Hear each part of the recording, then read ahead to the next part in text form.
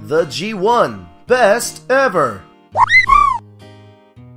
The best ever minigame is the fishing minigame in Dark Cloud 2. The minigame is very simple. Just cast out your line, wait for a bite, then reel in the catch. Though there's quite a bit of things that affects your catch, like what time you fish, what kind of bait you use, and where you fish. You can also use points that you get for every catch to upgrade your fishing rod, which in turn will affect the minigame's difficulty. It kind of shows that the developers took their time to create this fishing minigame, and they wanted you to enjoy it.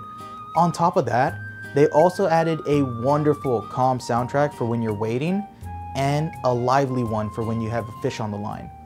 Not only that, but if you're out of health items, you can just do some quick fishing. Catch the fish, cook them up, and there you go, you got health items. So not only did the developers implement this minigame well, but they also made it worthwhile and enjoyable. That's why I think it's the best ever. In Mortal Kombat Deception for the PS2, you get all kinds of new features besides just a regular old fighting game. You get a story mode, you get to like this cool crits and this unlock stuff, and you get to have coins, and it's really crazy because it introduced this whole like sprawling storyline to Mortal Kombat. And there's a storyline to Mortal Kombat, but this was interactive. You had to get into it, you had to learn the characters, you had to unlock the characters. It was really fun. And with this, you had to have a lot of combat coins. And in the game, there's many ways to earn combat coins, but my favorite way was playing puzzle combat. So basically, puzzle combat, you start out, you're dropping blocks, you're versus somebody, whether it be a computer or your friend. And if you do the computer on anything but easy, it's really hard. That's one problem with this minigame, it's too hard. But you start dropping blocks, and when you explode the blocks, it shoves all the blocks to the other person's side. And you keep going until someone eventually gets the top and loses.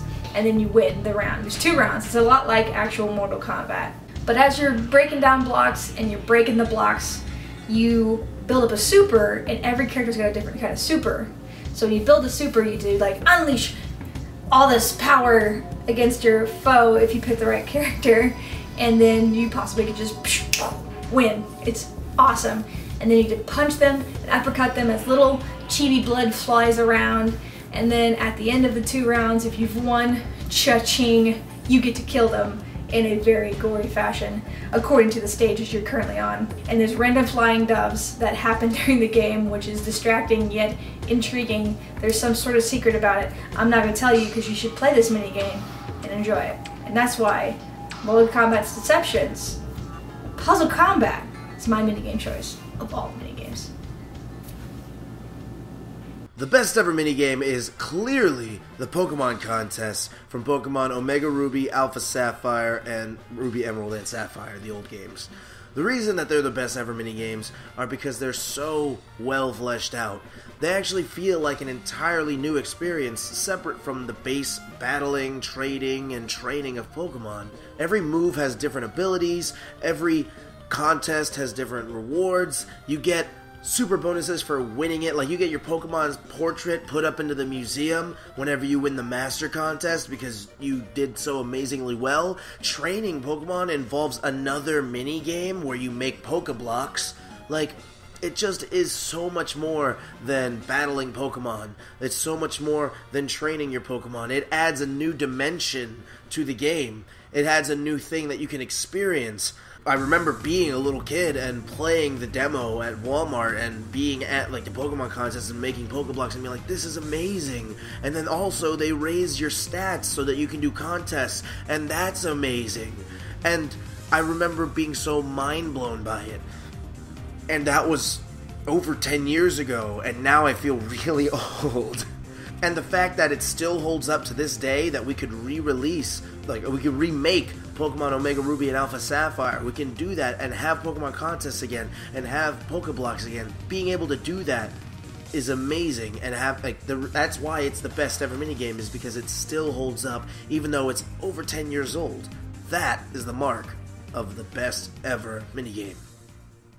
Okay, G1 Nation, here's what I believe to be the best ever minigame. Now, there's a lot to choose from, spanning consoles from the beginning to present day, but one that really stands out in my mind from Generation 7 is Liar's Dice from Red Dead Redemption.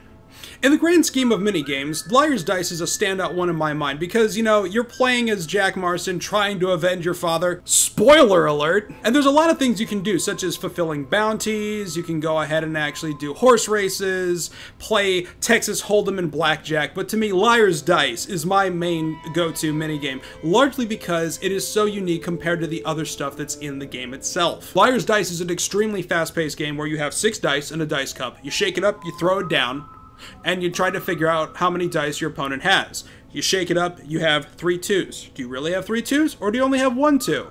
And you're trying to go ahead and bluff your way to victory, and every time there's an incorrect guess on either side, you go ahead and you sacrifice the dice until you have no more left. And it is extremely fast-paced. You'll be surprised if you actually have a game last longer than 10 minutes, but believe me, you're going to want to go back more. And there's plenty of ways to make money in Red Dead Redemption. You, of course, can do bounties, you can do horse races, and any number of these things. You can even skin wild animals for cash. And what do you do with this money? Spend it recklessly with gambling! There's plenty of dens of iniquity to go ahead and spend your money on in Red Dead Redemption. You could play Five Finger Filet, you could gamble your money on Blackjack, you could gamble your money on Texas Hold'em, but to me, Liar's Dice is the way to go ahead and shoot that money to hell that you just got from the nuns donating it to your cause for keeping their city safe. Finding places to play Liar's Dice is not a particularly difficult proposition. There's tables all over the place and you can quickly saddle up and get a game going. And some of my fondest memories of playing Red Dead Redemption on Xbox Live wasn't actually playing the multiplayer deathmatch or actually playing the missions. It was playing Liar's Dice with my friend Adam Zerniak and myself. One time we found a table that actually had a person from Germany, 2 people from France, and 1 person from Great Britain. And that was just showing you how many people were playing this and how global that online community was. It was awesome. And we were just playing like it was nothing, like we all knew each other by the end of the game. And this is a wonderful distraction that is Liar's Dice. Red Dead Redemption is a fantastic game, one of the best games to ever grace Generation 7, but it can get stressful at times with all the other things that can overwhelm you. You know, you have banditos trying to kill you, bobcats and cougars hiding in the brush line trying to kill you, and then of course you got people that are trying to challenge you to a duel. Go ahead and escape with Liar's Dice. Have yourself some fun with that. And then what do you do with your newfound winnings? Go ahead and invest it in more ammunition and supplies? No! Drink recklessly! Drink a lot! Drink to the point where mom's scared! Go ahead! Oh no, Jack, what are you doing? Oh God, Jack, please, contain yourself. Jack, oh no, not the stairs! Oh God. There are many ways to pass into legend in Red Dead Redemption. That's certainly one way of doing it.